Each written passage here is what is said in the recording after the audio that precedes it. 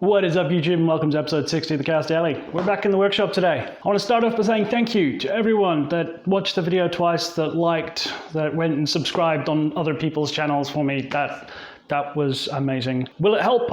A little bit? Yes. But ultimately, as I've discussed with many of you on the Discord channels and on Twitter and places, there need to be some changes made. For this to work, for me to have a channel that people want to watch, that is like the other big names out there, I can't do this. But that's not to say I'm going to stop doing this, because the dailies are important to me. It's part of my workflow now. It's how I like working. At some point, like I said in the past, I might just have to stop making them when I run out of time to do them. So I'm going to keep doing the dailies on this channel. We've come to the conclusion that it's probably a good idea to make a second channel, to put regular videos on this channel, feature videos as I want to call them, the feature videos, where it's more edited, it's more of a story, they're more distilled, more condensed, they get straight to the point. To post them here would drown them out with all the chaos dailies, with all the chaos. New people to the channel wouldn't see those videos in particular, even if I put them on the homepage. Those videos wouldn't be the videos that would be suggested to them just because of the large number of Chaos Daily episodes that I upload. It's every single day. It's a video every day. So it doesn't make any sense to put those kind of videos on this channel when there's all of this kind of content on this channel. So I'm going to make another channel. And right now, I'm thinking the Resin Engineer. A few of you have already run over there to subscribe on it. The name is still up for debate. I'm not like 100% happy with it myself, but I think that's more of just like my ego talking, and it's not about me like this channel is. This is about the chaos. But that's not what the channel needs to be for other people. I need to make something that is content for the people. What do people want to watch? They don't necessarily want to watch dailies like this. You guys do, you enjoy it, and thank you very much. I really appreciate that. I get a lot of feedback, and I'll enjoy hanging out with you guys and talking with you guys on Discord and on Twitter and all those places. But this isn't for everyone. Like, this is for a small minority of people that will watch these daily videos because there's some nugget of information or knowledge that I've discovered, or something that I've learned, or something that I want to share. That's not something you put in a feature video. So the channel that is for the feature videos needs to be for the people. The channel name needs to be about the content, not about me. The channel content needs to be about the content and not about me and what I'm doing with the content. And like a lot of this is, like I said in the last episode, I don't want to change my identity, my brand, who I am, just to meet some standard of the algorithm or what is common for people to watch. I'm going to keep that here, but I'm going to make a channel that is catered for like the people, for the algorithm, that is what people that don't watch this type of stuff normally watch, which is like the other videos like CNC Kitchen or Breaking Taps or all of these other great like engineering based channels that focus on some engineering subject. Now a lot of these channels, they focus on interesting topics, right? There's nothing wrong with the content there. Like, I watch their videos, they're amazing. I learned so much from them. But all the topics that they go over are very much about a thing that is just a topic. They do a video about a topic for the sake of the topic, which is good. It's a good way to go. It's easy to write a story or a script for it, and then build the video around that. Me, I want to make stuff. I don't want to just make a video about a topic. I want to make videos about something that is used, like an RC plane, for instance. There's a lot that goes into designing and engineering one of these planes, but there's no way you can condense everything that I've learned and everything that I've done about this plane into a handful of videos. There's no way to do it. I'm learning this very harsh reality as I go. And that's why, like the video for the Albatross, I have barely started it. I've got lots of content for it, lots of video recorded for it, but I've got nothing edited because I haven't worked out a way to tell the story of the Albatross. Does that make sense? Telling the story of the Albatross, how it came to be, how I learned to do it. That's not something I've figured out how to put into a enjoyable video yet. But that's what the new channel is for me to create those videos. And I will use this channel to learn how to do those videos. So you guys are kind of like my guinea pigs? Yeah, cool. So that out of the way, again, thank you everyone. There's a number of you who watched the video multiple times. I can see that in the analytics. You can see it here. I'll put some screenshots up for you. That was incredible. Please, I want some feedback on this setup. Recording out here, is the audio okay? Is it too echoey? Is it better for me to do these talking head things in the other room? I'm doing it out here because I want to show you some stuff, and it's better with the lighting to pick something up and show it to you here than it is in that room, because the camera and the light are much closer to me in that room, and everything just goes white. So that's why we're out here. So first off, I want to talk about some of the issues I've been having with the printer. They're not problems. There's nothing wrong with the printer. I was talking to Jotham on the comments he left on my last video, and I went, because like there's something wrong with the LCD screen. I'm thinking like it's wrong, or it was a bad LCD screen or something. And then he's like, no, do you think it's not just that you've reached the lifespan of the screen? And I'm like, no, it can't be. And it's like, it's 400 hours. No, there's no way.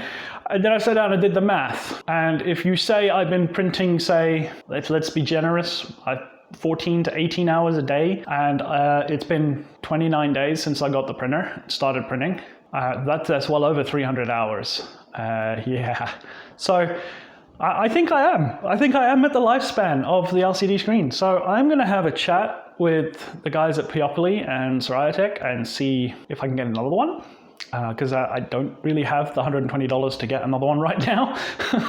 I did not expect to run through it that quickly. That was a bit of a shock when I sat worked that out. So thank you, Jotham, for pointing that out. That was a bit of a slap in the face. Like, hello, wake up. Yeah. So yes, I've put this printer through a lot of work in a very short period of time, and it is just incredible. It is really held up to the task. I'm blown away. I'm just a little disappointed that the screens only last for 400 hours, but that's not Peopoly's fault, that's the screen manufacturer's fault. Like, that's just a limitation of the screens. I can't fault Peopoly for that. This printer is incredible. Well worth the money. I just can't say anything bad about it. Like, it's amazing. Working with everything, the resin as well. The resin is incredible. Nothing is sticky out here. Like the workbench, everything is clean. I've been lazy the last couple of weeks. I've been very methodical about my cleaning process, and everything is still fine. Like, I'm blown away with how much easier it is to use a resin printer versus the nightmare of an FDM printer that's sitting in the corner over there that hasn't worked in over a year because technical issues. And that's a Taz. It's a lolspot. It's supposed to be a high-end, reliable workhorse machine, and I've had no end of trouble with that machine ever since I bought it. This thing has just worked flawlessly, continuously, till I burned out the screen. And the screen's not burned out. I can still print. Like, it's just a little bit weird. Second thing that's going on is the FEP sheet. Let's listen to this. That is very low-pitched sound. It is getting very loose. You can feel it. This is soft. So it is probably time to change the FEP sheet. The screen, the sheet itself is actually still pretty clean. It's not foggy or anything. It's just loose. There are a couple of bumps in that. It isn't pierced. There's one here in the corner I'm particularly worried about. That could be a problem very soon.